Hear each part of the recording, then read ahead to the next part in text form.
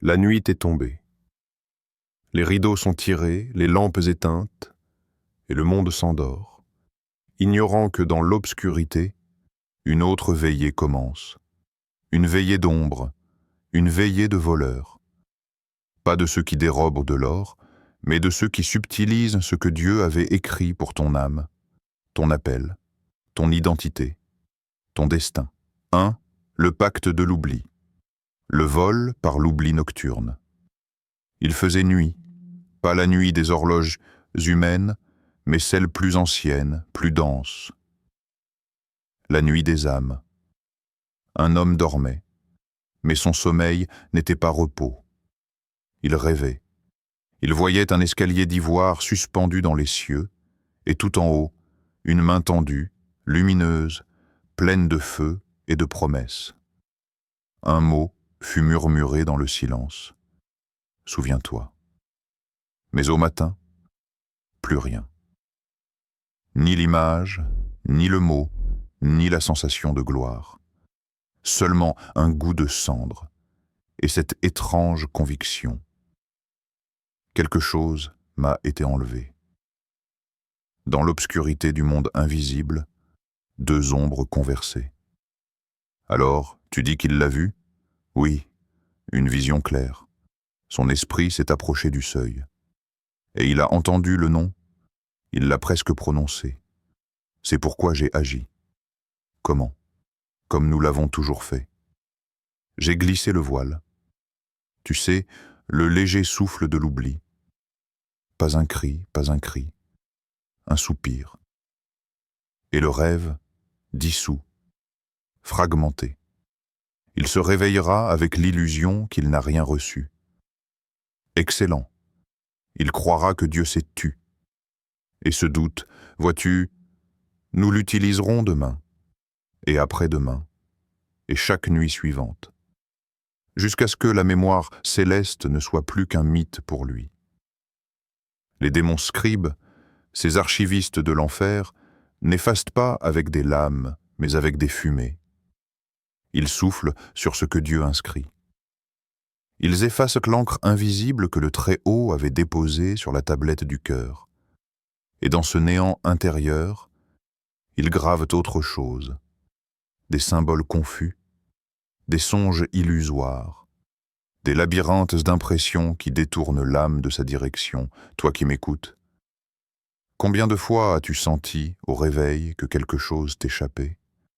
Combien de fois as-tu voulu te souvenir d'un rêve qui semblait porteur de vie, mais qui s'effondrait comme du sable entre tes doigts? Et si ce n'était pas un simple oubli biologique? Et si ce n'était pas le fruit du hasard? Et si, pendant ton sommeil, un pacte avait été signé, non par toi, mais contre toi? L'oubli nocturne est l'un des moyens les plus raffinés par lesquels les sorciers volent ta destinée. Ils ne te frappent pas de plein fouet. Ils ne détruisent pas ton foyer.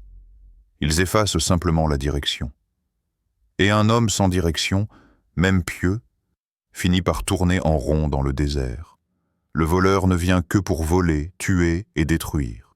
Détruire. Jean 10, 10. Mais s'il ne vole pas ton argent ni ton corps, il vole ta vision. Avant l'aube, il est encore temps. Il existe une heure entre les heures, un souffle entre deux mondes. À cet instant, l'oubli peut être renversé. Incline ton esprit.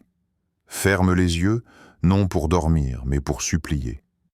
Dis, Seigneur, rappelle-moi ce que j'ai oublié. Rends-moi la vision que l'ennemi a volée. Rends-moi la carte que tu m'avais dessinée. Ne prends plus le silence du matin pour l'absence de Dieu. Parfois, ce silence est un vol camouflé, et le ciel attend que tu réclames ce qui t'a été donné. Car le souvenir est une arme, et les sorciers le savent. Ils savent que si tu te souviens, tu te relèveras, et que si tu te relèves, tu ébranleras leur royaume. 2. Le festin des songes. Quand ton esprit est invité à une table démoniaque, il y a des rêves qui ne s'effacent pas, des rêves qui restent accrochés à la peau comme un parfum qu'on ne peut identifier. Tu étais dans une salle, éclairée par une lune pâle, sans fenêtre, sans origine. Devant toi, une table immense, couverture somptueuse, des mets fumants que tu ne pouvais nommer, des visages autour, flous mais souriants. Quelqu'un t'invite à manger. Tu hésites, puis tu tends la main et au réveil, rien, ou presque. Une fatigue étrange, une confusion sans cause. Comme si, quelque part, une part de toi avait été nourrie et empoisonnée. Le voilà. Il rêve à nouveau. Excellent, a-t-il faim? Toujours, les affamés sont les plus faciles à piéger. Que lui as-tu préparé? Un plat de vanité, un peu de fausse réussite, un soupçon d'amour interdit, et une coupe d'oubli. Parfait. S'il mange, c'est ce fait. Mais où il prie parfois, pas ce soir. Il est fatigué, et nous avons hâté son sommeil. Alors, serre-le, et lorsque son esprit goûtera nos offrandes, le contrat sera signé. Dans l'univers invisible, les lois spirituelles sont souvent plus précises que celles des hommes. Ce que tu acceptes en rêve n'est pas neutre. Ce que tu manges en songe, tu le permets dans ton âme. Et parfois, ce pain-là n'est pas du ciel. Il vient d'un hôtel étranger, d'une cuisine obscure, d'une intention empoisonnée. Tu croyais que rêver de manger était anodin? Tu croyais que ce banquet dans ton sommeil n'était que le fruit d'un cerveau agité? Non. C'était un autel. Et tu étais l'invité, mais aussi l'offrande. Les sorcières savent. Depuis des siècles, elles tendent leur table dans les coulisses du sommeil. Elles connaissent les fins secrètes de l'âme humaine, la soif d'approbation, la faim d'amour, le désir de reconnaissance. Et elles cuisinent en conséquence. Mais tout festin a un prix. Tu te réveilles et tes idées s'assèchent. Tu perds ta concentration. Ton feu intérieur diminue. Tes projets avortent sans explication. Pourquoi? Parce que dans la nuit, ton esprit a mangé ce que ton âme n'aurait jamais accepté éveillé. Tu as été séduit par une saveur invisible, et ce goût-là a ouvert une porte. Tu dresses devant moi une table, en face de mes adversaires. Psaume 23, 5. Oui, Dieu a aussi une table royale, dressée dans la vallée de l'ombre. Mais tu dois choisir. Il existe d'autres tables dressées dans le secret par les ennemis de ton âme. Et si tu manges là-bas, ils volent ici, dans ton réel, dans ton mental, dans ton avenir. Avant de dormir, ne sois pas naïf. Les guerres ne se livrent pas que le jour. Certaines se gagnent ou se perdent dans le sommeil. Sanctifie ton esprit avant de fermer les yeux. Dis, je refuse toute nourriture spirituelle étrangère à la volonté de Dieu. Que toute table démoniaque soit renversée. Que toute invitation invisible soit rejetée. Seigneur, garde mon esprit éveillé, même dans le sommeil. Ce n'est pas un simple rêve, c'est un banquet, et tout banquet a une facture. Ne laisse personne nourrir ton âme, à part celui qui l'a créée. 3. Les chaînes des mots, les incantations murmurées à ton oreille. La nuit n'est jamais silencieuse. Même quand tout dort autour de toi, il y a des voix. Elles ne crient pas. Elles ne forcent pas la porte. Elles glissent. Comme un vent sans forme, elles s'infiltrent à la limite de ton sommeil. Et là, entre le rêve et l'inconscience, elles t'appellent, pas avec un nom nouveau, non, avec ta propre voix. Tu crois que tu penses, mais ce que tu entends, c'est un écho étranger. Tu ne réussiras pas. Tu n'es pas aimé. Ta vie ne mènera nulle part. Et parce que ces mots ressemblent à ta pensée, tu les acceptes, tu les abrites, tu les répètes, et ils deviennent toi. As-tu remarqué? Ils ne prient plus à voix haute. Oui, ils pensent dans le silence maintenant. Parfait. Nous allons lui fournir les pensées. En sa propre voix? Toujours, c'est la plus redoutable. S'il croit que ça vient de lui, il ne combattra pas. Et quand il dormira, nous y déposerons nos phrases comme des graines. Et quand il se lèvera, il les arrosera lui-même sans le savoir. C'est ainsi que commence le plus subtil des pactes. Pas par une signature de sang, mais par une répétition. Les ténèbres n'ont pas besoin de cris. Elles ont besoin de ta bouche, de ton accord. Ce que tu penses en secret, ce que tu dis dans ton sommeil, peut devenir ta réalité éveillée. La vie et la mort sont au pouvoir de la langue. Proverbe 18, 21. Mais il n'est pas dit que cette langue soit consciente. Elle peut être inconsciente, endormie, programmée. Il existe des incantations qui ne ressemblent pas à des malédictions. Elles ne parlent pas en latin. Elles n'ont pas besoin de chandelle. Elles ressemblent à des pensées banales, mais elles sont répétées, semées, renforcées, jusqu'à enlacer ton âme. La sorcellerie moderne n'a plus besoin de poupées vaudou. Elle n'a plus besoin de clous ni de cendres. Elle a besoin de toi, de ton esprit endormi, de ta fatigue intérieure, et d'une phrase bien placée, « Je suis un fardeau ». Personne ne m'écoute. Tout ce que je touche échoue. C'est ma faute. Chaque mot est une chaîne. Et chaque répétition, un nœud. Mais tu peux briser ce langage. Tu peux changer la programmation. Car le verbe a toujours plus de puissance que le murmure. Et ce que Dieu a dit ne peut être annulé par ce que l'ennemi répète. Tu dois devenir conscient de ton propre vocabulaire intérieur. Tu dois réentendre ce que ton âme a accepté en silence et le confronter. Reprends la parole, pas juste avec tes lèvres, mais avec ton autorité d'enfant du ciel. Proclame et que les chaînes tombent. Je rejette toute parole prononcée contre ma destinée. Je ne suis pas ce que le rêve a dit, je suis ce que Dieu a écrit. Je suis la tête et non la queue. Je suis aimé, appelé, sanctifié.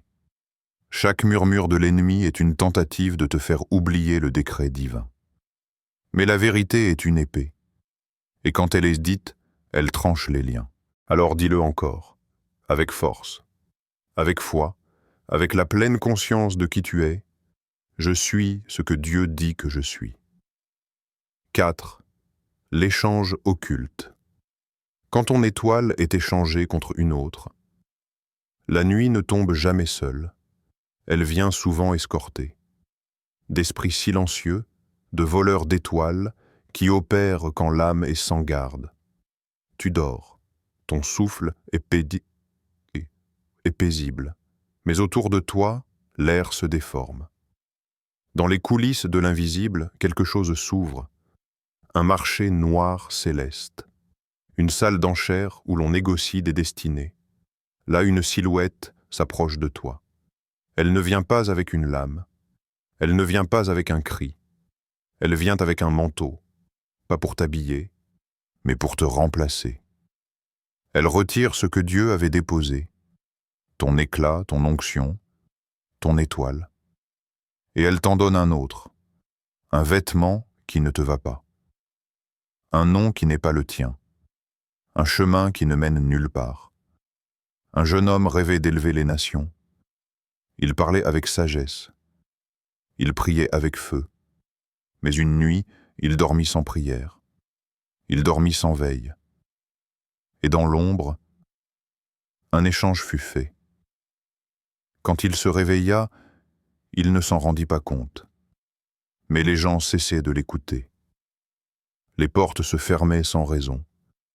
Et ceux qui n'avaient rien reçu de Dieu se levaient avec ce qui lui appartenait. Il pensait que c'était un test. Mais ce n'était pas un test. C'était un troc maléfique. Parce qu'en son absence, quelqu'un avait pris sa place. Quelqu'un portait sa lumière. Quelqu'un utilisait son manteau. Et lui portait la honte d'un autre. Ils ont changé leur gloire en honte. Osée 4:7. Il y a une loi dans le monde invisible. Le manteau spirituel que tu portes détermine la réponse du ciel. Mais ce manteau peut être volé, non pas par force, mais par oubli. L'ennemi ne peut pas toujours te battre. Alors il t'échange. Il trouve un moyen d'introduire une version falsifiée de toi-même. Et s'il réussit, ce n'est pas toi qui es rejeté. C'est le déguisement qu'il a cousu sur toi. Tu avances, mais les portes ne s'ouvrent plus. Tu pries, mais le ciel reste de marbre. Tu travailles, mais tu récoltes peu. Et tu te demandes, qu'ai-je fait de mal? Mais ce n'est pas ce que tu fais, c'est ce que tu portes. Tu dois réclamer ton étoile. Tu dois prier comme quelqu'un qui veut être reconnu à nouveau dans le registre céleste. Tu dois dire, Seigneur, rends-moi ce que l'on m'a volé. Redonne-moi le manteau que tu m'as tissé dans le secret. Que ma lumière originelle me soit restituée. Efface la version corrompue de moi-même. Car Dieu n'oublie pas ce qu'il a écrit, mais toi tu peux l'oublier. Et si tu ne réclames pas, d'autres réclameront à ta place. Il existe des âmes qui vivent sur l'éclat volé d'un autre, des vies florissantes construites sur la lumière d'emprunt. Et parfois, cette lumière, c'est la tienne. Ne ferme jamais les yeux sans avoir placé une sentinelle devant ton étoile. Ne dors jamais sans couvrir ton manteau de la parole. Dis, avant de t'endormir, que nul ne puisse voler ma lumière, que mon nom ne soit pas échangé dans la nuit. Seigneur, veille sur mon étoile, qu'elle brille selon ton décret, et non selon la volonté de l'ennemi. Car même si tu dors, ton esprit peut veiller, et même si l'ennemi tente l'échange, Dieu peut restaurer ce qui a été volé. 5. Le sommeil de l'oubli éternel. Quand il te condamne à la stagnation, il y a un sommeil qui ne repose pas, un sommeil plus dangereux que la mort. Il ne vient pas avec des rêves, mais avec le vide. Un vide épais, doux, collant, comme une couverture de silence étendue sur ton feu intérieur. Ce sommeil-là, ce n'est pas toi qui l'as choisi. On te l'a imposé, comme une brume versée sur ton esprit. Tu t'es levé un matin, et sans comprendre, tu ne cherchais plus.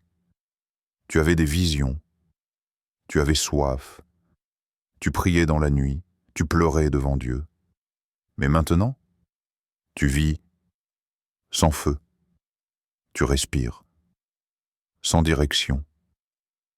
Et tu ne sais pas quand tu t'es endormi. Mais tu es endormi.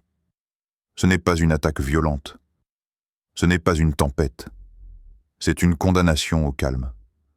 Un pacte signé dans les ténèbres pour t'endormir à jamais. Tu vis dans le même corps, tu manges, tu travailles, mais ton feu est éteint. Ils t'ont vu prier. Ils t'ont vu te lever la nuit avec une épée spirituelle. Alors ils ont envoyé ce qu'on appelle l'anesthésie de l'âme, un souffle démoniaque qui t'a enveloppé d'un sommeil spirituel surnaturel. Et lentement, tu as cessé de prier. Tu as cessé d'espérer, tu as cessé de vouloir. Tu n'es pas en guerre, mais tu n'es pas en paix non plus. Tu es entre deux mondes. Tu es figé. Le pire piège, ce n'est pas l'échec, c'est l'absence de désir. Tu ne tombes pas, mais tu n'avances plus. Tu n'es pas brisé, mais tu es arrêté. Et l'ennemi rit, car il n'a plus besoin de t'attaquer. Tu es figé dans une tranquillité sans vie. Et autour de toi, les années passent. Les saisons changent. Mais toi, tu stagnes. Pas parce que Dieu ne parle plus, mais parce que tu n'écoutes plus. Ton oreille s'est endormie. Ton cœur est couvert de poussière. Ta lampe s'est éteinte sans que tu le remarques. Réveille-toi, toi qui dors. Relève-toi d'entre les morts, et Christ t'éclairera. Éphésiens 5, 14. Ce verset n'est pas une poésie, c'est une alarme céleste. un cri de Dieu pour ceux qui marchent dans les rues mais que le ciel compte parmi les morts. Oui, tu peux être vivant dans la chair et mort dans l'esprit. Tu peux être entouré de gens et pourtant enfermé dans un cercueil spirituel. Un sommeil lent, sans rêve, sans feu, sans fin. Mais écoute-moi bien. Le fait même que tu entendes ces mots est une preuve. Preuve que ton esprit n'est pas totalement mort. Preuve qu'une étincelle respire encore dans les cendres. Tu peux être réveillé si tu sens que quelque chose en toi s'est éteint, même si tu n'as plus la force de prier, même si tu ne crois plus vraiment à ton propre réveil. Crie quand même. Crie avec ce qu'il te reste, même un soupir, même un mot. Dis « Seigneur, je suis endormi, mais je veux me réveiller. Rallume le feu que j'ai perdu. Souffle à nouveau sur mes braises mortes. Fais trembler les chaînes invisibles qui m'ont enfermé dans cette torpeur. Je ne veux plus être un vivant mort. Réveille-moi pour ma destinée. » Et si tu dis cela sincèrement, même dans le noir, même dans la fatigue, le ciel répondra. Car Dieu n'oublie jamais ce qu'il a appelé. Même si tu dors, ton nom reste vivant dans son registre. Ton destin n'est pas à vendre. Il n'a pas été mis aux enchères par les cieux.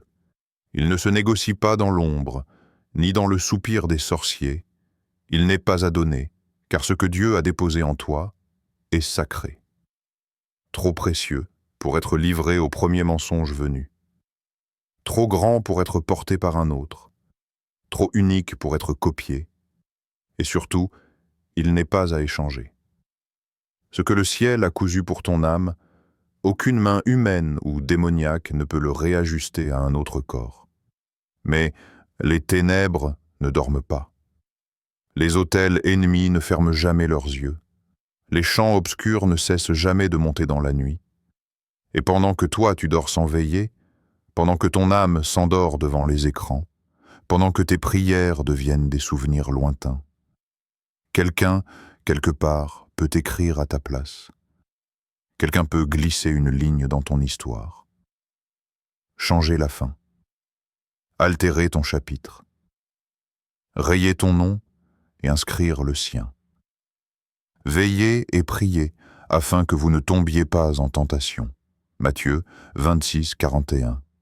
Puis une dernière voix, calme, posée, comme venue de l'intérieur de toi-même, douce mais ferme, te dit « Le combat est réel, le réveil est urgent, la lumière t'attend, ne dors plus. »